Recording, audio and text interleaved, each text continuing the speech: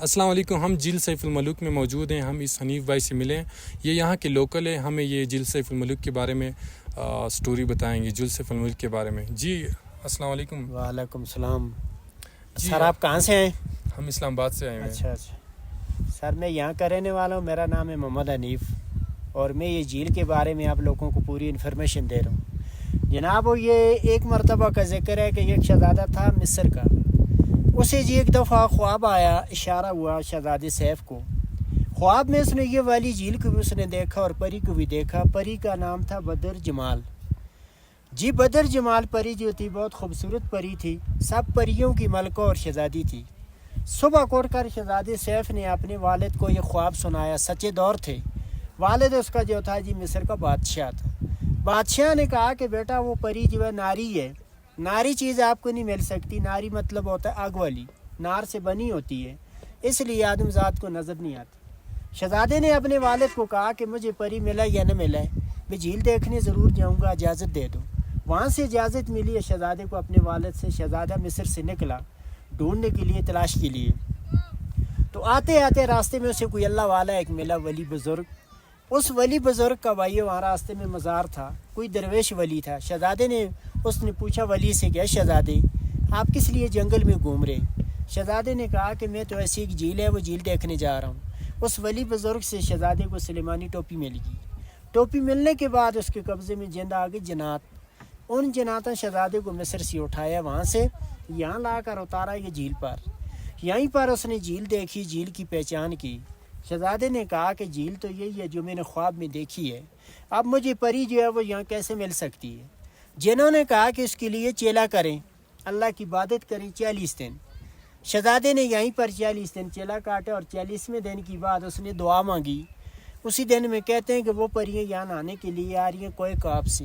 اور کوئے کاف جو ہے روس میں اور چیچنیا کی طرف ہے, رشیا میں, وہاں پہ جو ہے پرستان ہے. وہاں سے یہاں 7 سیلیں آئی ہوئی تھیں یہاں آنے کے لیے. 8ویں جو تھی وہی بدر جمال جو شہزادے نے خواب میں دیکھی تھی. شہزادے نے جب اس پری کو یہاں پہ نہاتے ہوئے دیکھا, اس نے جنوں کو بھیجا. جن یہاں پہنچی بھائیوں, صرف ایک پری کی پار اٹھائے بدر جمال کے, وہ شہزادے سیف کو مل گئی. وہ لے کر چھپ کے اپنے قبضے میں.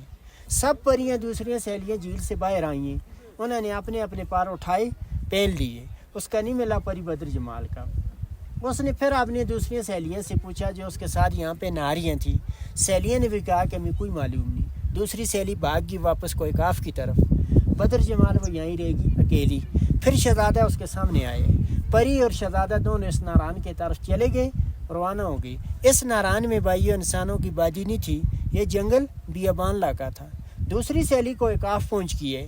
انہوں نے پھر وہاں جا کر دیس سفید کو بتایا جس نے وہاں قید کیا ہوا تھا کہ ملکہ بدر جمال جی ہم سے جدا ہو گئی ہے, کوئی پتہ نہیں جھیل میں ڈوب گئی کیا ہوا. یہ راز نہیں بتایا کہ لباس کسی نے چرا لی. دے وہاں سے ڈھونڈنے کے لیے نکلا, تلاش کے لیے. یہاں کر پہنچا یہ جو پانی جا رہا ہے یہ نالا. اس وقت یہ نالا نہیں تھا, یہاں پہاڑی تھی, یہ جھیل بند تھی, بڑی جھیل تھی, اوپر تک نہیں یہ بھری ہوئی تھی. پانی کا راستہ یہ جو گھر نظر آ رہے ہیں جھونپڑے, ان گھروں کی بیک سائڈ میں نالا ہے. اسی نالے کے اندر سے پانی گزر کر اس طرف کو جا رہا تھا. پھر دیو نے سر جی یہاں سے اپنی ایڑی لگا کر اس پہاڑ کو, یہ جھیل کو توڑا. اور دیو نے اس لیے یہاں سے توڑا کہ دیو نے کہا کہ شاید یہ جھیل خالی ہو جائے گی, تب جو ہے پری کا پتہ چل جائے گا, اس کے اندر گر گئی ڈوب گئی, اس کو میں باہر نکالوں. جب اس نے یہ جھیل کو توڑا, یہ ریتی علاقہ تھا, اس ناران میں طوفان گیا, فلڈ. وہاں جا کے جب ناران میں پہنچے اور پری اور شہزادے نے دعا مانگی اللہ سے. اس زمانے میں بھائیوں دعائیں جلدی قبول ہو جاتی تھیں. اس ناران کے اندر زمین میں ایک پہاڑ بن گیا ہے. پہاڑ کے اندر ایک سرنگ بن گیا, غار, جس کے اندر پری اور شہزادہ دونوں چھپ کے. تو دائیں سائڈ سے بھی طوفان گزر گیا اور بائیں سائڈ سے بھی. یہ غار جو ہے ناران میں ابھی بھی موجود ہے. سب لوگ اس غار کو بھی دیکھتے ہیں. جو بڑا ہوٹل ہے سیف الملوک ہوٹل جھیل روڈ پہ, یہاں سے آپ اوپر کی طرف وہاں جھیل کی طرف, اسی سیف الملوک ہوٹل کے بالکل نیچے ہے. وہاں جانے میں 5 منٹ لگتے ہیں. اور مشہور غار ہے.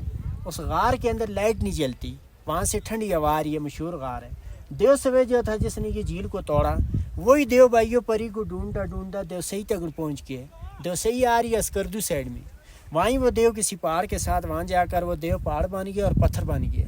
اس لیے جگہ کا نام رکھا ہوا ہے دیو صحیح اسکردو میں. پری بھی اور شہزادہ بھی کافی عرصہ اسی غار کے اندر چھپے رہے. بعد میں جو جن ان کے قبضے میں تھے, ان جنوں نے پری کو اور شہزادے کو بتایا کہ کہ آئی تو دیو جو تھا وہ ختم ہو چکا, اپنے ملک میں جو ہے واپس جا سکتے ہیں.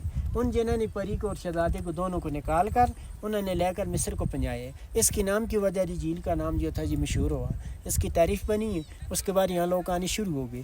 اس سامنے والی پیک سی نظر آ رہی ہے, اس پہاڑ کا نام ہے ملکہ پربت, یہاں کی مشہور پہاڑ ہے.